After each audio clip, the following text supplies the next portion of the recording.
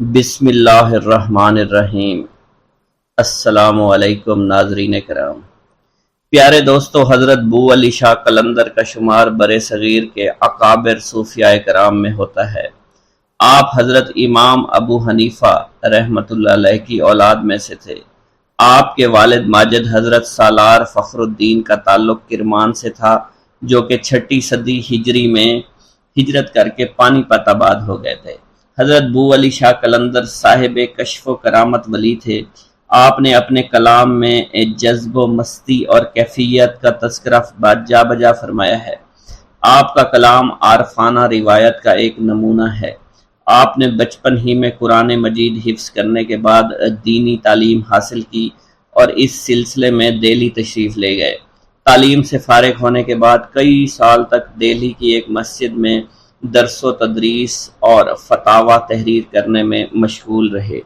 سیر و سیاحت صوفیہ کرام کی اہم خصوصیت ہے، لہذا اسی غرض سے درس و تدریس کو چھوڑ کر سیاحت کے لیے نکل پڑے اور کئی ممالک کا سفر کیا۔ سیر و سیاحت سے واپسی پر دوبارہ پانی پت تشریف لے گئے اور دین کی تبلیغ میں مصروف ہو گئے۔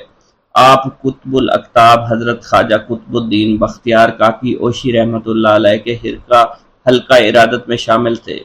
ان کے وصال کے بعد آپ حضور محبوب الہی حضرت خواجہ خواجگان نظام الدین اولیاء رحمۃ اللہ علیہ کے حلقہ ارادت میں شامل ہو گئے۔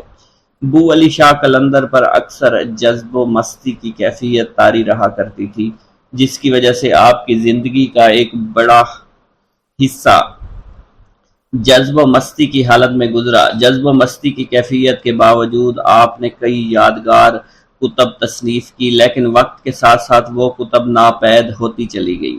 اس کے علاوہ آپ نے اپنے کلام پر مشتمل ایک دیوان بھی ترتیب دیا، جس میں عارفانہ وارداتوں کو بڑی خوبصورتی کے ساتھ بیان کیا گیا ہے۔ آپ کی شاعری جذب و مستی کی کیفیت کی آئینہ دار ہے۔ حضرت بو علی شاہ قلندر کے کئی مکتوبات بھی ملتے ہیں، جو کہ ایک مجموعے کی شکل میں ہیں۔ یہ مکتوب توحید، ترک دنیا، طلب آخرت وغیرہ کے موضوعات پر لکھے گئے ہیں، جس کا اسلوب نہایت سادہ اور دل نشین ہے۔ آپ کا اصل نام سید شیخ شرف الدین، جبکہ آپ بو علی شاہ کے لقب سے مشہور ہوئے۔ حضرت بو علی شاہ قلندر کا سلسلہ نسب مختلف واسطوں سے حضرت امام اعظم ابو حنیفہ تک پہنچتا ہے، جہاں سے یہ سلسلہ زوتی و نو مسلم زرتشی تک جا پہنچتا ہے، جنہوں نے ایران سے ہجرت کر کے کوفہ میں حضرت علی رضی اللہ تعالی عنہ کے دست مبارک پر بیعت کی اور ان کا ہم نشین مقرر ہوا اور اعلیٰ تعلیم ظاہر و باطن اسلام سے منور فیض یاب ہو کر معمولی انسان سے اعلیٰ انسان بنا، جس کے بیٹے ثابت کی پیدائش پر حضرت علی رضی اللہ تعالیٰ عنہ نے دعائے خاص فرمائی تھی: اے اللہ تعالیٰ، یہ تیرا ہی کرم ہے کہ گم کردہ انسانوں نے ہدایت پائی اور تیری دستگیری سے زوتی کو آتشی پرستی کے ہجوم سے نکالا اور ایمان کے دشوار گزار اور کٹھن راستوں پر استقامت بخشی۔ زوتی تیرے بندے علی ابن ابی طالب سے حسن ظن رکھتا ہے اور علی ابن طالب کو تیری بے پناہ رحمت پر یقین ہے۔ اور یہ اسی دعا کا اثر تھا کہ زوتی کے بیٹے ثابت کے ہاں دنیا اسلام کا عظیم الشان اور مایہ ناز فرزند تولد ہوا، جس نے فقی امام اعظم کی حیثیت سے دنیا معلومہ پر اپنی عظمت و بزرگی اور علمیت کے لازوال نشان چھوڑے، جس کے پیروکار اس دور سے لے کر آج تک لاکھوں کی تعداد میں موجود ہیں اور تا حشر موجود رہیں گے۔ یہ بزرگ حضرت نعمان بن ثابت المعروف ابو حنیفہ کے نام سے مشہور ہوئے۔ حضرت بو علی شاہ قلندر کا شجرہ نسب شیخ شرف الدین بو علی قلندر بن سالار فخر الدین ابن سالار حسن بن سالار عزیز بن فارس بن عبد الرحمن بن عبد الرحیم بن محمد وانق بن امام ابو حنیفہ رحمۃ اللہ علیہ۔ حضرت شیخ شرف الدین بو علی قلندر کے اجداد اور والدین کے بارے میں تاریخ خاموش ہے، اور کہیں کہیں اگر کوئی بات ملتی ہے تو اس کا باہم ارتباط کرنا از حد مشکل ہو جاتا ہے۔ آپ کی والدہ ماجدہ کا نام بی بی حافظہ جمال تھا، جو مولانا سید نعمت اللہ کرمانی کی ہمشیرہ تھی۔ اور اپنے زمانے کی نیک پاک باز خواتین میں شمار ہوا کرتی تھی۔ آپ کے والد سالار فخر الدین کی دوسری بیوی تھی، کیونکہ ان کا پہلا عقد حضرت شیخ بہاؤالدین زکریا ملتانی کی دختر نیک اختر سے ہوا تھا اور وہ فوت ہو گئی تھی۔ چونکہ تاریخ وفات کے بارے میں تاریخ خاموش ہے، اس لیے اس بارے میں کچھ کہنا مشکل ہے۔ حضرت شیخ شرف الدین بو علی قلندر کا تعلق حضرت امام ابو حنیفہ کے خاندان سے تھا۔ آپ کے جد امجد کا علاقہ کرمان ایران تھا، جہاں وہ مدت العمر سے رہتے چلے آئے تھے۔ تاتاریوں نے جب کرمان پر حملہ کیا تو کرمانیوں نے تاتاریوں کو منہ توڑ جواب دیا تھا۔ کرمانیوں کے عظیم فتح نے ان کو دنیا بھر میں شہرت عطا کی۔ اسی وجہ سے کرمان قبیلے کے ہر شخص کے نام کے ساتھ اعزازی طور پر سالار کا لفظ لگا ہوتا ہے۔ یہی لقب خاندانی لحاظ سے شیخ فخر الدین کے ساتھ بھی لگا ہوا تھا اور وہ سالار فخر الدین کہلانے لگے۔ بو علی شاہ قلندر کے والد ماجد حضرت سالار فخر الدین ہمدان کے رہنے والے تھے۔ بچپن میں ہی آپ نے قرآن پاک حفظ کر لیا اور پھر 17 سال کی عمر میں تحصیل علوم سے فراغت کے بعد درس و تدریس کے شعبے سے وابستہ ہو گئے۔ حضرت سالار پر بچپن ہی سے عشق کا غلبہ تھا۔ آپ طبعاً حساس واقع ہوئے تھے۔ جب بھی کسی حسین شے کو دیکھتے تو طبیعت مخلوق کی طرف مائل ہو جایا کرتی۔ مجاز میں حقیقت کا رنگ نظر آنے لگا۔ ایک روز قلندروں کے ایک جماعت ہمدان میں داخل ہوئی۔ ان کے ہمراہ ایک حسین و جمیل لڑکا تھا جس سے آپ کو لگاؤ ہو گیا۔ جب قلندروں کی جماعت وہاں سے جانے لگی، آپ بھی ان کے پیچھے ہو گئے۔ قلندروں نے جب آپ کو دیکھا کہ اگر ہمارے ساتھ چلنا ہے تو پھر ہماری جیسی صورت اختیار کرنی پڑے گی، چنانچہ آپ نے اپنی ابروؤں کو صاف کروا لیا، ان کے ساتھ ہو لیے۔ قلندروں کی یہ جماعت جب مختلف شہروں قصبوں سے ہوتی ہوئی ملتان پہنچی تو بہاؤالدین زکریا نے باطنی قوت سے مشاہدہ کر لیا کہ یہ نوجوان غلط راستے پر چل رہا ہے۔ آپ نے اس نوجوان کے عشق مجاز کو عشق حقیقی میں بدلنے کی ٹھان لی تھی۔ جب قلندروں کی یہ جماعت ملتان سے روانہ ہونے لگی تو بہاؤالدین زکریا ملتانی نے بارگاہ رب العزت میں دعا کی اور آسمان کی طرف نظریں اٹھا دی۔ اسی وقت زور کی آندھی چلی، سارے علاقے کو لپیٹ میں لے لیا۔ چاروں طرف اندھیرا پھیل گیا۔ قلندروں کی یہ جماعت بکھر گئی۔ حضرت سالار بھٹکے ہوئے حضرت بہاؤالدین زکریا ملتانی کے آستانے پر پہنچ گئے۔ بہاؤالدین زکریا نے آپ کو سینے سے لگایا، اس کے دل سے اس نوجوان کی غلط محبت کو مٹا کر رکھ دیا اور ان کا سینہ عشق الہی سے معمور کر دیا۔ بہاؤالدین زکریا نے انہیں علیحدہ حجرہ عطا فرمایا اور روحانی تربیت کی اور خرقہ خلافت سے سرفراز فرمایا۔ آپ کے والد فخر الدین سالار کو تصوف سے غیر معمولی حد تک لگاؤ تھا۔ عشق باطنی میں ان کی مشغولیات بے حد نمایاں تھی۔ اپنے اس عشق میں پایہ تکمیل تک پہنچنے کے لیے انہیں شیخ کامل کی ضرورت تھی۔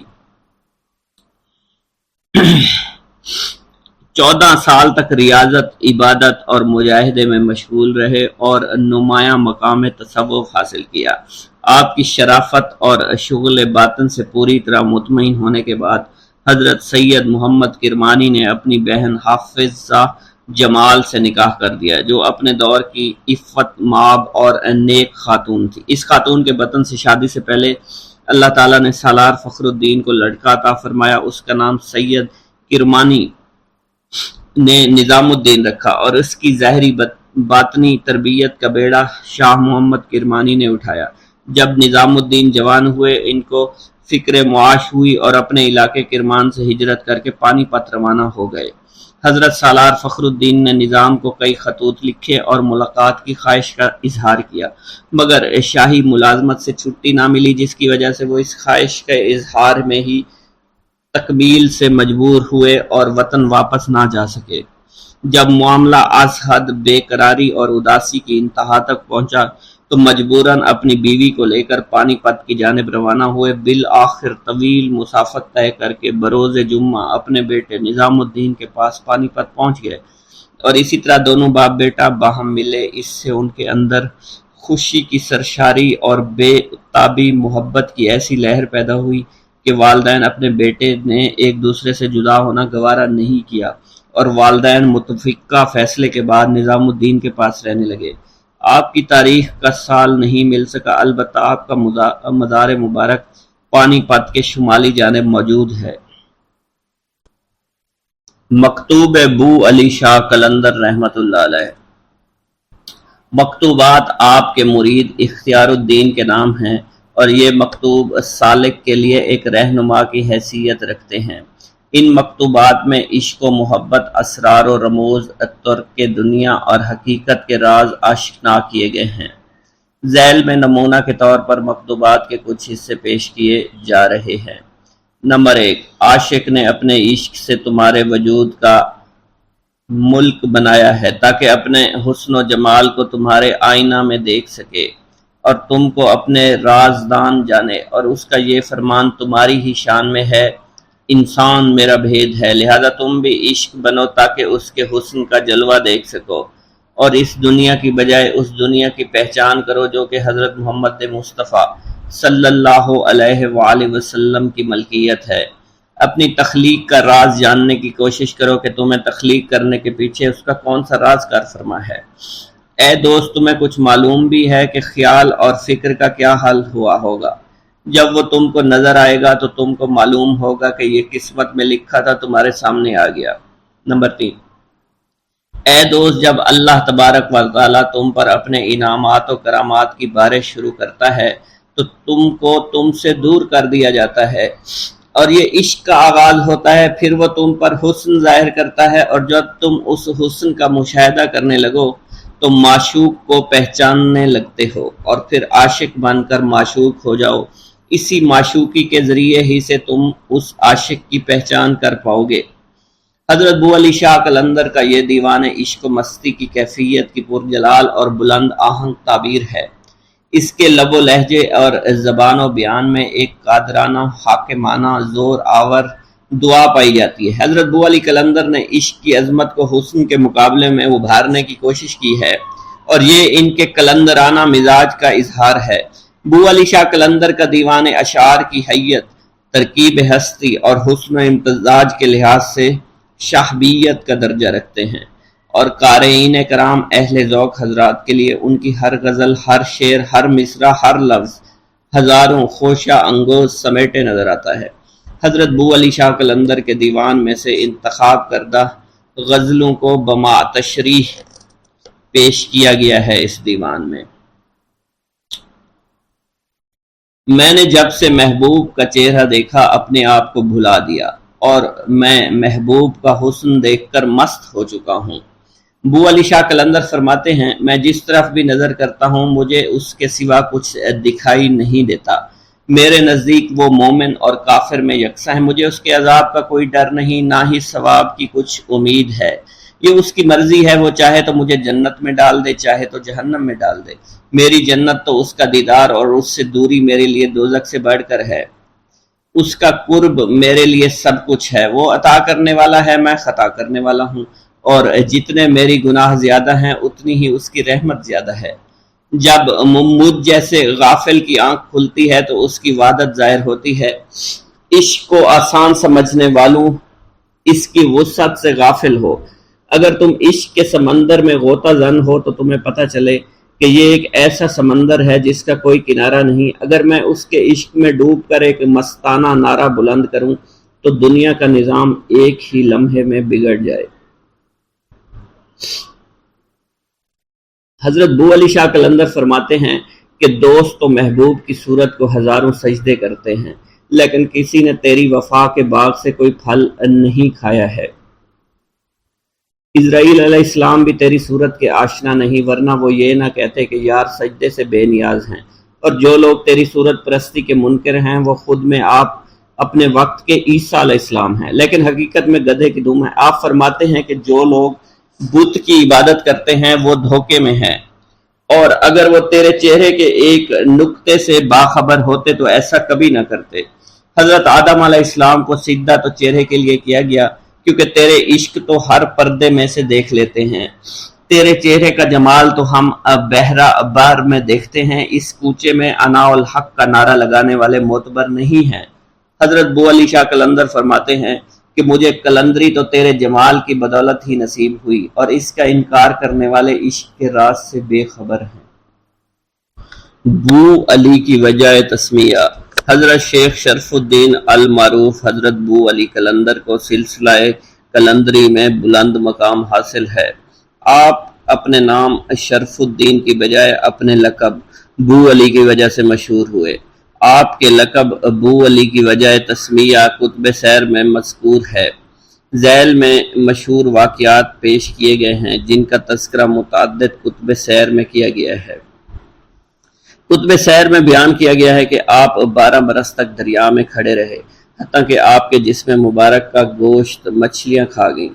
آپ کو اس کی مطلقاً خبر نہ ہوئی۔ اسی دوران آپ کو ندائے غیب ہوتی رہی، اے شرف الدین مانگ کیا مانگتا ہے؟ آپ ایک بار ہی جواب دیا، اے بار الہی مجھے علی بنا دے۔ غیب سے جواب آتا، نہیں، تجھے کیسے علی بنایا جا سکتا ہے، کیونکہ علی تو ایک ہی ہے۔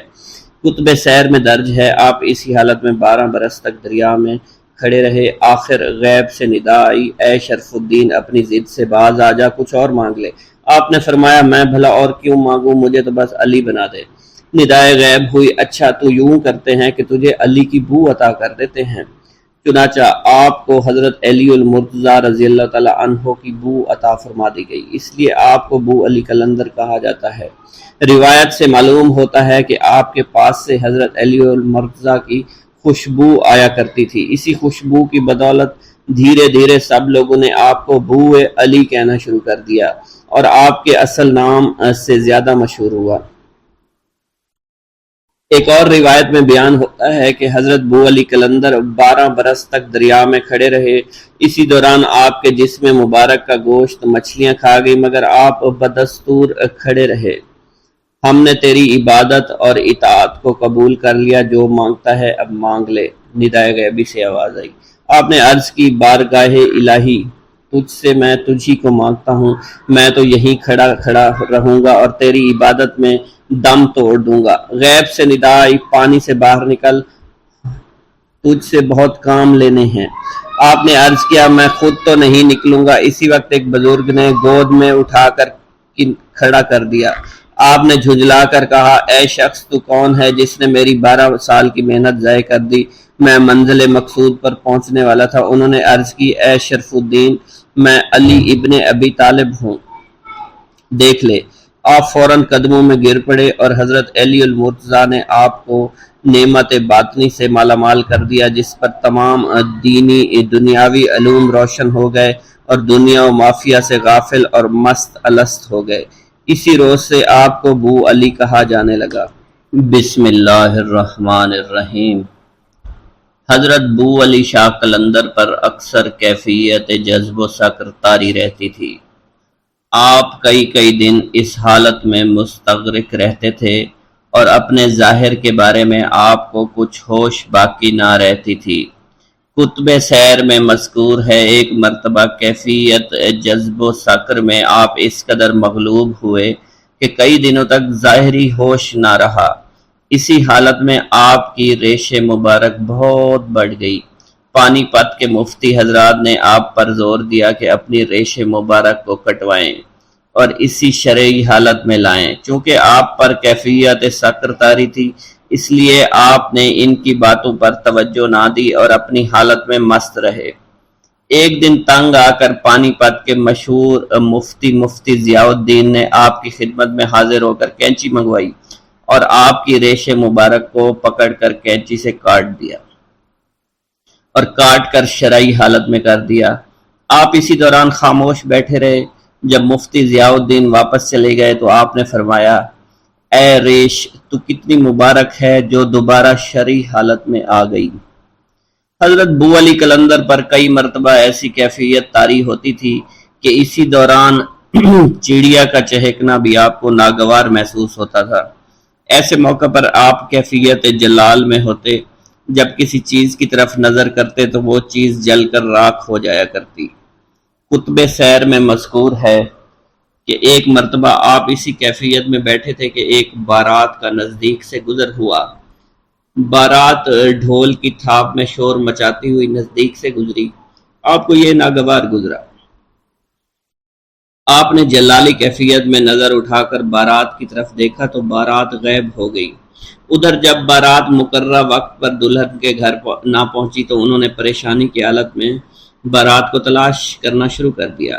جب دلہن والے بارات کا معلوم کرنے ان کے گھر گئے تو محلے والوں سے پتہ چلا کہ بارات تو یہاں سے کافی دیر ہوئی جا چکی ہے۔ وہ لوگ مزید پریشان ہو گئے اور بارات کو پورے شہر میں تلاش کرنا شروع کر دیا، لیکن بارات کا کچھ پتہ نہ چلا۔ بالآخر وہ لوگ پریشانی کے عالم میں ایک بزرگ کے پاس تشریف لے گئے اور ان سے سارا ماجرا بیان کیا۔ ان بزرگ نے جب ساری بات سنی تو وہ خود پریشان ہو گئے اور بولے، غضب ہو گیا، تم فوراً حضرت بو علی قلندر کے پاس جاؤ۔ وہ لوگ حضرت بو علی قلندر کی خدمت میں حاضر ہوئے۔ آپ اس وقت ایک تالاب کے کنارے بیٹھے اس کی لہروں کو دیکھ رہے تھے۔ لوگوں نے آگے بڑھ کر قدم بوسی کی اور فرمایا، حضور ہماری بارات غائب ہو گئی ہے، لہذا آپ ہمارے حال پر توجہ فرمائیے۔ بو علی قلندر نے فرمایا، اللہ کی نظر اور اس فقیر کی نیاز پکواؤ، بارات واپس آ جائے گی۔ چنانچہ ان لوگوں نے نیاز پکوا کر فقراء اور مساکین میں تقسیم کی اور حضرت بو علی قلندر کی خدمت میں حاضر ہو گئے۔ بو علی قلندر نے ان سے فرمایا، سامنے دیکھو۔ ان لوگوں نے نظریں اٹھا کر سامنے دیکھا تو بارات نظر آ گئی اور ڈھول کی تھاپ فضا میں بلند ہونا شروع ہو گئی۔ بارات والے ایسے خوش تھے کہ جیسے کچھ ہوا ہی نہیں تھا۔ اس واقعہ کے بعد حضرت بو علی قلندر کو لوگ قتال کے لقب سے یاد کرنے لگے۔ حضرت بو علی قلندر نے طویل عمر پائی۔ آپ نے اسی دوران 3 تغلق بادشاہوں کا دور دیکھا، جس میں غیاث الدین تغلق، محمد شاہ تغلق اور فیروز شاہ تغلق شامل ہیں۔ ایک مرتبہ سلطان غیاث الدین تغلق اپنے دور حکومت میں اپنے بیٹے محمد شاہ تغلق اور بھتیجے فیروز شاہ تغلق کے ہمراہ آپ کی خدمت میں حاضر ہوئے۔ کھانے کا وقت ہوا تو ان تینوں حضرات نے ایک ہی پیالے میں کھانا کھانا شروع کر دیا۔ بو علی قلندر نے جب یہ دیکھا تو فرمایا، اس وقت 3 بادشاہ ایک ہی پیالے میں کھانا کھا رہے ہیں۔ حاضرین محفل آپ کی اس بات کا مفہوم سمجھ نہیں پائے اور حیرانی سے ایک دوسرے کی طرف دیکھنے لگے۔ چنانچہ تاریخ نے یہ بات ثابت کر دی کہ حضرت بو علی قلندر کا فرمان حرف بہ حرف درست ثابت ہوا۔ سب سے پہلے غیاث الدین تغلق تخت نشین تھا۔ اس کے مرنے کے بعد اس کا بیٹا محمد شاہ تغلق تخت نشین ہوا اور پھر محمد شاہ تغلق کے مرنے کے بعد اس کا چچا زاد بھائی فیروز شاہ تغلق تخت نشین ہوا۔ ایک مرتبہ سلطان محمد شاہ تغلق حضرت بو علی شاہ قلندر کی خدمت میں حاضر ہوا اور دست بستہ کھڑا ہو گیا۔ حضرت بو علی شاہ قلندر نے محمد شاہ تغلق سے دریافت کیا، محمد شاہ تو یہاں کتنے دن کھڑا رہے گا؟ حضرت بو علی شاہ قلندر کی اس سوال سے مراد یہ تھی اور وہ اسی طرح کئی دیر تک حاضر خدمت رہے گا۔ سلطان محمد شاہ تغلق نے عرض کی، حضور 3 دن رہوں گا۔ بو علی قلندر سلطان محمد تغلق کا جواب سن کر بولے، تو 3 دن نہیں 4 سال تک یہاں رہے گا۔ آپ کی بات سن کر سلطان محمد تغلق سمجھ گیا۔ آپ نے اس کی عمر کی طرف اشارہ کیا۔ چنانچہ اس واقعہ کے ٹھیک 4 سال بعد سلطان محمد شاہ تغلق کا انتقال ہو گیا۔ ایک گاؤں کے بارے میں کہا جاتا تھا کہ جہاں قدرت کی بے پناہ نعمتیں تھیں، اللہ پاک نے وہاں کے لوگوں کو مالا مال کیا ہوا تھا۔ ایسی نعمتیں کہ جن نعمتوں کو دیکھ کر انسان اکثر مغرور ہو جایا کرتے ہیں، مگر وہاں پر کچھ مسلمان تھے اور سب سے بڑی اور بری بات یہ تھی کہ وہاں کے تمام لوگ کافر تھے۔ وہ کفار اپنی دولت پر بہت فخر کیا کرتے تھے، کیونکہ ان میں ہر ایک انسان بہت دولت مند تھا۔ ہر ایک کے پاس بے بہا پیسے تھے، کسی کو پیسوں کی کمی نہیں تھی۔ وہاں کے سردار کی ایک اکلوتی بیٹی تھی جس کو سردار بے پناہ پیار کرتا تھا۔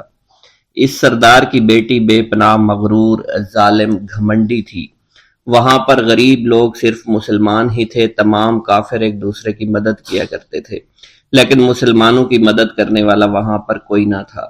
وہاں پر انہیں کوئی دیکھنے والا نہ تھا۔ سردار کی بیٹی کو کالے جادو میں خوب مہارت حاصل تھی اور وہ جادو کی وجہ سے وہاں پر رہنے والے غریبوں پر بہت ظلم کیا کرتی تھی۔ تمام مسلمان اس سے بے حد پریشان تھے اور وہ لوگوں کو غلام بناتی اور مزدور بناتی تھی۔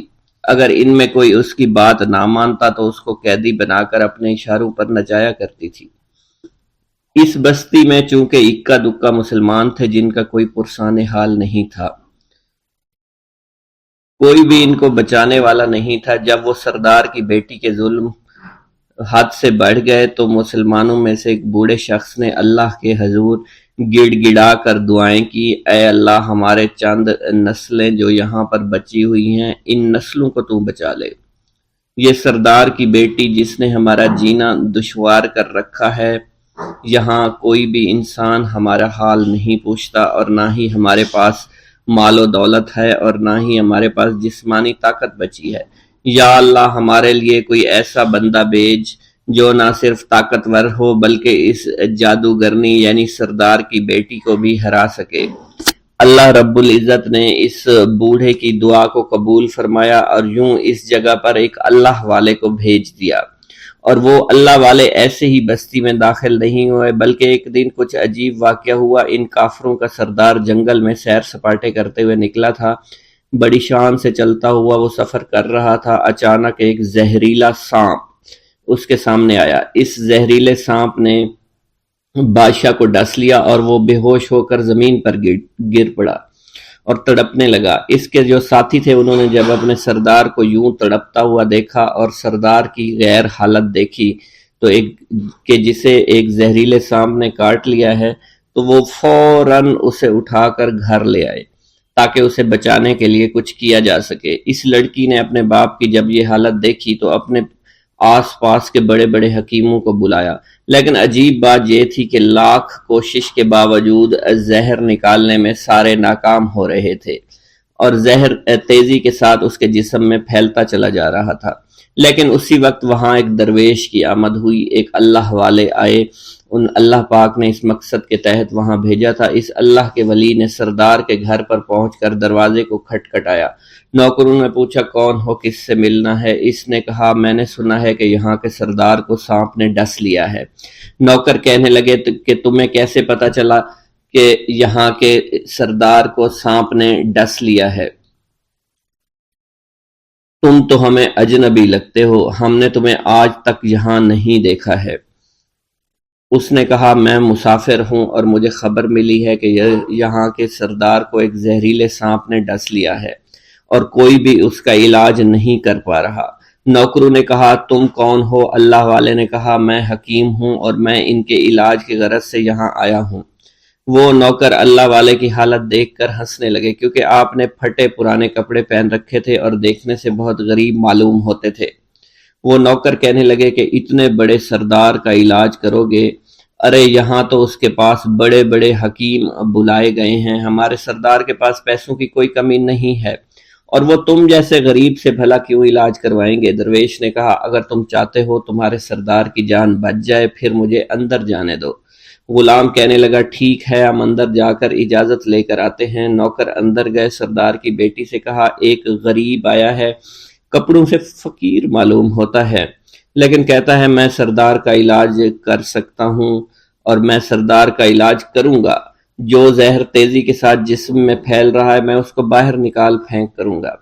اس کی بیٹی کہنے لگی ٹھیک ہے بلا لو۔ جب وہ اللہ والے اس کے گھر کے اندر گئے تو دیکھا سردار تڑپ رہا تھا، ٹانگ کو بار بار بستر پر پٹخ رہا تھا۔ اللہ والے نے اس کے پیر کی طرف دیکھا جہاں سانپ نے اس کو کاٹا تھا، اسی جگہ اللہ والے نے تھوک دیا، فوراً وہاں سے بھاگ گئے۔ اس کے سارے سپاہی اس کی بیٹی دیکھ کر حیران رہ گئے کہ یہ بھلا کون سا دیوانہ ہے، کمرے میں آیا علاج کی بجائے اسی جگہ پر تھوک دیا جہاں صرف کاٹا تھا اور بھاگ بھی گیا، اس کو کوئی گرفتار نہیں کر سکا۔ سردار کی بیٹی غصے میں تل ملا اٹھی کہ اس نے جو گستاخی کی ہے اس کی کوئی بات نہیں، تھوک کو میں صاف کروا دوں گی مگر اس کو تو میں ابھی گرفتار کرواتی ہوں۔ اور اس نے اپنے سردار کے ایک نوکر سے کہا کہ اس تھوک کو صاف کرو۔ اس نوکر نے تھوک کو صاف کرنے کی بجائے اس کو اچھی طرح سے ٹانگ پر مل دیا۔ لڑکی نے کہا کیا کر رہے ہو؟ اس فقیر نے میرے باپ کی ٹانگ پر تھوک دیا، اب اس تھوک کو تم مل رہے ہو؟ حکیم نے اپنے ہاتھ کے اشارے سے سردار کے بیٹے کو روک دیا۔ جیسے اس تھوک کو سردار کی ٹانگ پر ملا گیا فوراً سارا زہر ختم ہو گیا۔ جو ٹانگ کٹنے کے قابل تھی وہ ٹانگ بالکل ٹھیک ہو چکی تھی۔ جو نیلی پڑ چکی تھی اب اصلی حالت میں آہستہ آہستہ واپس آ رہی تھی، اور جب وہ قبیلے کا سردار بالکل ٹھیک ہو گیا، ہوش میں آ گیا، تو حیران رہ گیا۔ اسے بتایا کہ فقیر بابا کے تھوک کی وجہ سے آپ ٹھیک ہوئے ہیں۔ اس نے کہا وہ بزرگ تو ہمارے لیے مسیحا ہے، تم لوگوں نے انہیں جانے کیوں دیا؟ انہیں میرے پاس لے کر آؤ، انہوں نے ہم پر بہت بڑا احسان کیا ہے، ہم اس کے احسان کا بدلہ ضرور چکائیں گے۔ اس کی بیٹی جو خاموشی سے باپ کو دیکھ رہی تھی، اس نے کچھ بھی نہ کہا۔ گاؤں کے سردار کے کہنے پر سارے سپاہی اللہ والے کو ڈھونڈنے کے لیے نکل گئے۔ وہ چاروں طرف پھیل گئے، لیکن کہیں بھی اللہ والے کا پتہ نہیں چل رہا تھا۔ پھر جب سپاہی تلاش کرتے کرتے جنگل میں داخل ہوئے، وہاں ایک درخت کے نیچے ایک آدمی کو عبادت کرتے ہوئے دیکھا۔ وہ غور سے اس کو دیکھ رہے تھے اور کہہ رہے تھے، یہ کس طرح کی عبادت کر رہے ہیں؟ ہم لوگ تو اپنے بتوں کے آگے ہاتھ جوڑتے ہیں، یہ نہ جانے کس کو سجدہ کر رہے ہیں۔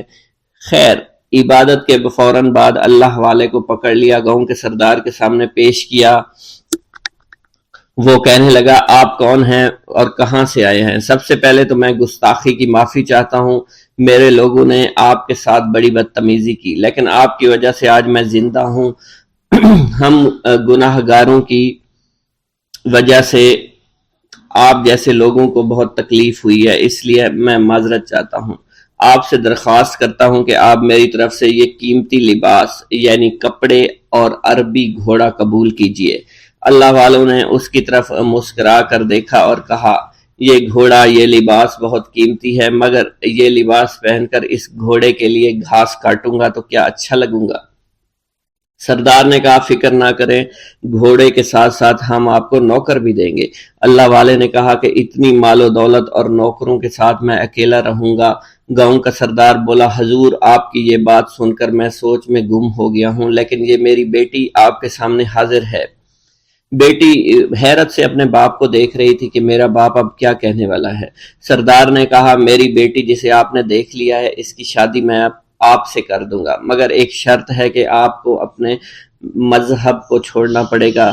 میرے سپاہیوں نے آپ کو عبادت کرتے ہوئے دیکھا ہے، جہاں تک ہمارے معمولات ہیں ہم بتوں کے آگے سجدہ کرتے ہیں اور ان کی عبادت کرتے ہیں، اور آپ جس کے آگے سجدہ کرتے ہیں وہ اللہ ہے، یعنی آپ مسلمان ہیں، اس لیے آپ کو اپنا مذہب چھوڑنا پڑے گا۔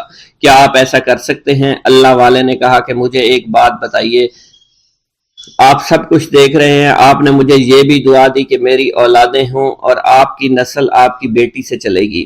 مجھے ایک بات بتائیں، اگر ان بچوں میں سے کسی بچے کو خدا نہ خواستہ کچھ ہو گیا تو کس کو رونا پڑے گا؟ سردار نے جواب دیا، اگر خدا نہ خواستہ کچھ ایسا ہوا تو رونا مجھ کو ہی پڑے گا۔ اللہ والا نے مسکرا کر کہا، اگر یہ سارا مال لے کر مجھے رونا ہی پڑا تو آپ اپنا گھوڑا، اپنی دولت، اپنی بیٹی، ہر چیز اپنے پاس رکھ لو۔ میں خوش ہوں، میں مسلمان ہوں، میں ٹھیک ہوں۔ اگر یہ تمام چیزیں لے کر مجھے اپنا محلہ چھوڑنا پڑے تو میں اپنی جان دے کر بھی اپنے مذہب کو نہیں چھوڑوں گا۔ جس طرح آپ نے مجھے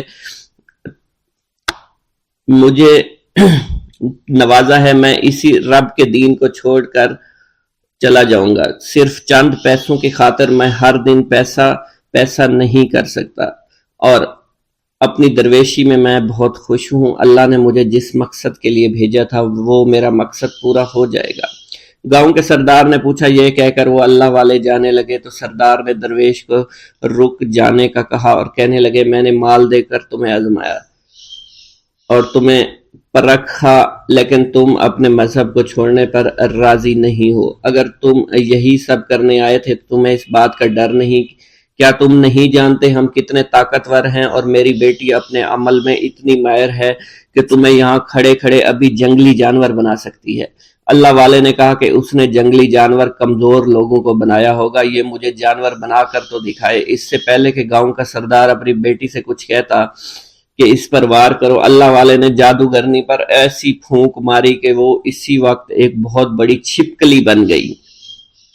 وہ کچھ بھی نہیں کر پا رہی تھی، وہ چھپکلی اتنی بڑی تھی کہ وہاں پر جتنے بھی انسان کھڑے تھے ان سب میں سب سے زیادہ اونچا اس کا قد تھا۔ وہ چھپکلی اللہ والے کے پاس آئی، اپنا زہر اس پر اگلنا چاہتی تھی کہ اسی وقت اس نے اس کے منہ پر تھوک دیا۔ تھوکنے کی دیر تھی، وہ چھپکلی جلنے لگی اور جس سے گرمی کی وجہ سے اس کا چہرہ پگھل رہا تھا، اس کا چہرہ جل کر کالا ہو چکا تھا، وہ مرنے والی تھی کہ سردار دوڑتا ہوا قدموں میں آ کر گر پڑا اور معافی مانگنے لگا اور کہنے لگا، حضور اس گستاخی کے لیے میں معذرت خواہ ہوں، آپ مجھے معاف کر دو، میں نے سچ میں آپ کو بہت کمزور سمجھا تھا، آپ کو آپ کا مذہب سے ہٹانا چاہا تھا، اگر میری بیٹی ٹھیک ہو جائے تو میں سچ کہتا ہوں یہاں پر جتنے لوگ ہیں ہم پوری کی پوری بستی مسلمان ہو جائیں گے۔ اللہ والے نے کہا کہ ہم تمہیں اپنے دین میں شامل کرنے کے لیے یہ سب نہیں کر رہے، بلکہ تم لوگ مسلمان بھائیوں پر جو ظلم کرتے ہو وہ ظلم کو ختم کرنے کے لیے ہم یہاں آئے ہیں، ہمارے دین میں جبر اور ظلم نہیں، اگر تمہارے بیٹی سے انسان بن کر سدھر جاتی ہے تو اس کو اس کی اصلی حالت میں لانے کے لیے میں خود کو اللہ کی بارگاہ میں پیش کروں گا اور دعا کروں گا۔ سردار کہنے لگا کہ ہاں میری بیٹی اصلی حالت میں اگر آ جائے تو پھر ہم کسی پر ظلم و ستم نہیں کریں گے، اور میں دل سے اپنی بیٹی کے لیے معافی چاہتا ہوں، آج سے یہ کوئی بھی جادو ٹونا اور مسلمانوں کو تنگ نہیں کرے گی اور نہ ہی کسی مسلمان پر یہ ظلم اور جبر کرے گی، بس آپ اسے دوبارہ سے انسان بنا دے۔ اللہ والا نے چھپکلی پر دوبارہ سے پھونک ماری تو پھر سے انسان بن گئی اور اللہ والے کے قدموں سے وہ لپٹ گئی، کہنے لگی مجھے معاف کر دیجئے، مجھے معاف کر دیجئے، میں نے اپنے آپ کو بہت طاقتور سمجھا۔ اس لڑکی کا آدھا چہرہ جل چکا تھا اور کالا ہو چکا تھا، وہ کہنے لگی کہ آج اپنے باپ کے ساتھ میں آپ کے دست مبارک پر مسلمان ہونا چاہتی ہوں، میں وعدہ کرتی ہوں کہ آج سے اس بستی پر کوئی بھی کافر کسی مسلمان کے ساتھ بدتمیزی نہیں کرے گا، زیادتی نہیں کرے گا، ظلم اور جبر نہیں کرے گا، بلکہ ہم سب یہاں مل جل کر رہیں گے اور بھائی چارے کے ساتھ رہیں گے، ہم سب مسلمان ہو جائیں گے اور پھر یوں اللہ والے کے ہاتھوں پوری بستی کا سردار اور اس کی بیٹی نے اسلام قبول کر لیا اور سردار نے اللہ والے سے اپنی بیٹی کا نکاح کر دیا اور پھر اس بستی میں ہمیشہ کے لیے امن و امان قائم ہو گیا۔ بسم اللہ الرحمن الرحیم۔ حضرت بو علی شاہ قلندر پر اکثر کیفیت جذب و سکر طاری رہتی تھی، آپ کئی دن اس حالت میں مستغرق رہتے تھے اور اپنے ظاہر کے بارے میں آپ کو کچھ ہوش باقی نہ رہتی تھی۔ کتب سیر میں مذکور ہے ایک مرتبہ کیفیت جذب و سکر میں آپ اس قدر مغلوب ہوئے کہ کئی دنوں تک ظاہری ہوش نہ رہا، اسی حالت میں آپ کی ریش مبارک بہت بڑھ گئی، پانی پت کے مفتی حضرات نے آپ پر زور دیا کہ اپنی ریش مبارک کو کٹوائیں اور اسی شرعی حالت میں لائیں، چونکہ آپ پر کیفیت سکر طاری تھی اس لیے آپ نے ان کی باتوں پر توجہ نہ دی اور اپنی حالت میں مست رہے۔ ایک دن تنگ آ کر پانی پت کے مشہور مفتی ضیاء الدین نے آپ کی خدمت میں حاضر ہو کر کینچی منگوائی اور آپ کی ریش مبارک کو پکڑ کر کینچی سے کاٹ دیا اور کاٹ کر شرعی حالت میں کر دیا۔ آپ اسی دوران خاموش بیٹھے رہے، جب مفتی ضیاء الدین واپس چلے گئے تو آپ نے فرمایا، اے ریش تو کتنی مبارک ہے جو دوبارہ شرعی حالت میں آ گئی۔ حضرت بو علی قلندر پر کئی مرتبہ ایسی کیفیت طاری ہوتی تھی کہ اسی دوران چڑیا کا چہکنا بھی آپ کو ناگوار محسوس ہوتا تھا۔ ایسے موقع پر آپ کیفیت جلال میں ہوتے، جب کسی چیز کی طرف نظر کرتے تو وہ چیز جل کر راکھ ہو جایا کرتی۔ کتب سیر میں مذکور ہے کہ ایک مرتبہ آپ اسی کیفیت میں بیٹھے تھے کہ ایک بارات کا نزدیک سے گزر ہوا، بارات ڈھول کی تھاپ میں شور مچاتی ہوئی نزدیک سے گزری، آپ کو یہ ناگوار گزرا، آپ نے جلالی کیفیت میں نظر اٹھا کر بارات کی طرف دیکھا تو بارات غائب ہو گئی۔ ادھر جب بارات مقررہ وقت پر دلہن کے گھر نہ پہنچی تو انہوں نے پریشانی کی حالت میں بارات کو تلاش کرنا شروع کر دیا۔ جب دلہن والے بارات کا معلوم کرنے ان کے گھر گئے تو محلے والوں سے پتہ چلا کہ بارات تو یہاں سے کافی دیر ہوئی جا چکی ہے۔ وہ لوگ مزید پریشان ہو گئے اور بارات کو پورے شہر میں تلاش کرنا شروع کر دیا، لیکن بارات کا کچھ پتہ نہ چلا۔ بالآخر وہ لوگ پریشانی کے عالم میں ایک بزرگ کے پاس تشریف لے گئے اور ان سے سارا ماجرا بیان کیا۔ ان بزرگ نے جب ساری بات سنی تو وہ خود پریشان ہو گئے اور بولے، غضب ہو گیا، تم فوراً حضرت بو علی قلندر کے پاس جاؤ۔ وہ لوگ حضرت بو علی قلندر کی خدمت میں حاضر ہوئے۔ آپ اس وقت ایک تالاب کے کنارے بیٹھے اس کی لہروں کو دیکھ رہے تھے۔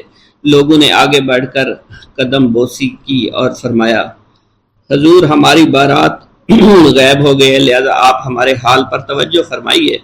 بو علی قلندر نے فرمایا، اللہ کی نظر اور اس فقیر کی نیاز پکواؤ، بارات واپس آ جائے گی۔ چنانچہ ان لوگوں نے نیاز پکوا کر فقراء اور مساکین میں تقسیم کی اور حضرت بو علی قلندر کی خدمت میں حاضر ہو گئے۔ بو علی قلندر نے ان سے فرمایا، سامنے دیکھو۔ ان لوگوں نے نظریں اٹھا کر سامنے دیکھا تو بارات نظر آ گئی اور ڈھول کی تھاپ فضا میں بلند ہونا شروع ہو گئی۔ بارات والے ایسے خوش تھے کہ جیسے کچھ ہوا ہی نہیں تھا۔ اس واقعہ کے بعد حضرت بو علی قلندر کو لوگ قتال کے لقب سے یاد کرنے لگے۔ حضرت بو علی قلندر نے طویل عمر پائی۔ آپ نے اسی دوران 3 تغلق بادشاہوں کا دور دیکھا، جس میں غیاث الدین تغلق، محمد شاہ تغلق اور فیروز شاہ تغلق شامل ہیں۔ ایک مرتبہ سلطان غیاث الدین تغلق اپنے دور حکومت میں اپنے بیٹے محمد شاہ تغلق اور بھتیجے فیروز شاہ تغلق کے ہمراہ آپ کی خدمت میں حاضر ہوئے۔ کھانے کا وقت ہوا تو ان تینوں حضرات نے ایک ہی پیالے میں کھانا کھانا شروع کر دیا۔ بو علی قلندر نے جب یہ دیکھا تو فرمایا،